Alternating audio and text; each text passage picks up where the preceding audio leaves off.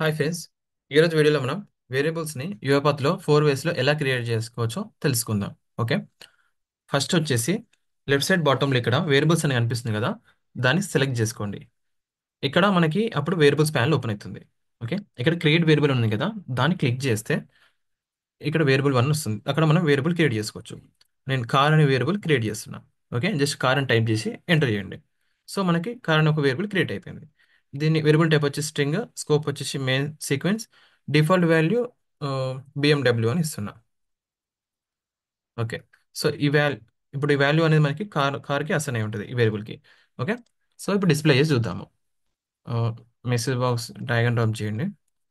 ఇక్కడ కార్ అని టైప్ చేసి ఎంటర్ చేయండి. నెక్స్ట్ రన్ చేసి చూద్దాం.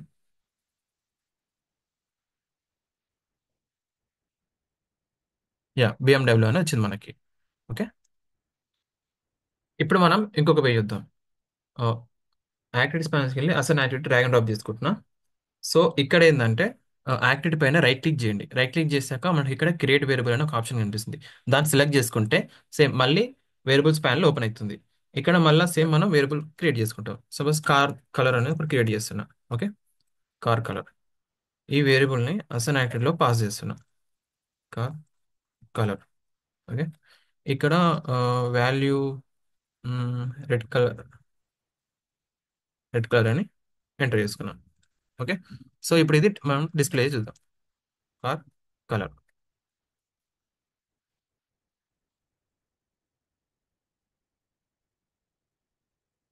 యా, రెడ్ కలర్ అని వచ్చింది. ఓకే, ఇప్పుడు ఇంకొక వే చూద్దాం. ఎలా అంటే అసైన్ యాక్టివిటీలో ఏం చేస్తున్నా అంటే ఇప్పుడు ఇంతకుముందు క్రియేట్ చేసిన వేరియబుల్స్ వాల్యూస్ రిమూవ్ చేసి ఇక్కడ మనం ఎక్కడైతే వేరియబుల్ క్రియేట్ చేయాలనుకుంటున్నామో అక్కడ సెలెక్ట్ చేసుకోండి. ఫస్ట్ క్లిక్ చేసిన తర్వాత మన కీబోర్డ్ పైన మనకి కంట్రోల్ కే ఉంటుంది కదా, కంట్రోల్ కే రెండు క్లిక్ చేయండి ఒకటేసారి. కంట్రోల్ బటన్ని క్లిక్ చేసి హోల్డ్ చేసి కే బటన్ని క్లిక్ చేయండి. సో దట్ మనకి సెట్ వాల్యూ అని వస్తుంది. ఇప్పుడు ఇక్కడ వేరియబుల్ క్రియేట్ చేసుకోవచ్చు. నేను లొకేషన్ అని క్రియేట్ చేస్తున్నా. ఓకే, అర్థమైందా? జస్ట్ కంట్రోల్ బటన్ క్లిక్ చేసుకొని నెక్స్ట్ కేని ప్రెస్ చేయండి, మనకి సెట్ వాల్యూ అని వస్తుంది. అప్పుడు వేరియబుల్ క్రియేట్ చేసుకోండి. సో ఇప్పుడు ఇక్కడ వాల్యూ అసైన్ చేస్తున్నాను. సపోజ్ హైదరాబాద్ అని వాల్యూ ఇచ్చుకున్నాను. ఓకే, సో దీన్ని ఇక్కడ పాస్ చేస్తున్నా లొకేషన్.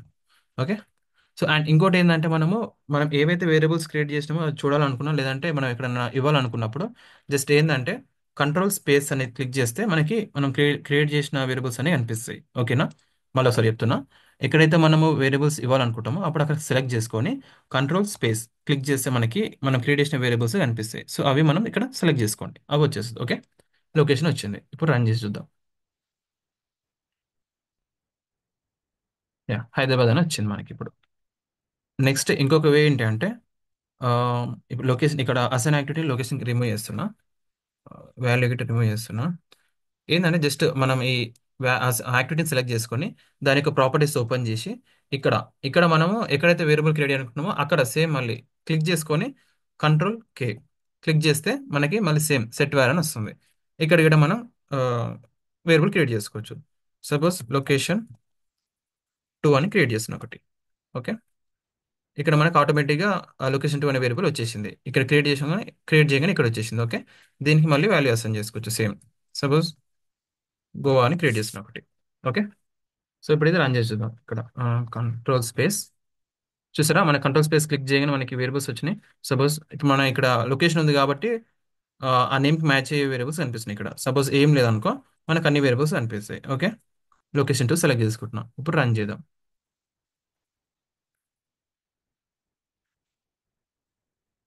ఓకే, గోవా అని వచ్చింది.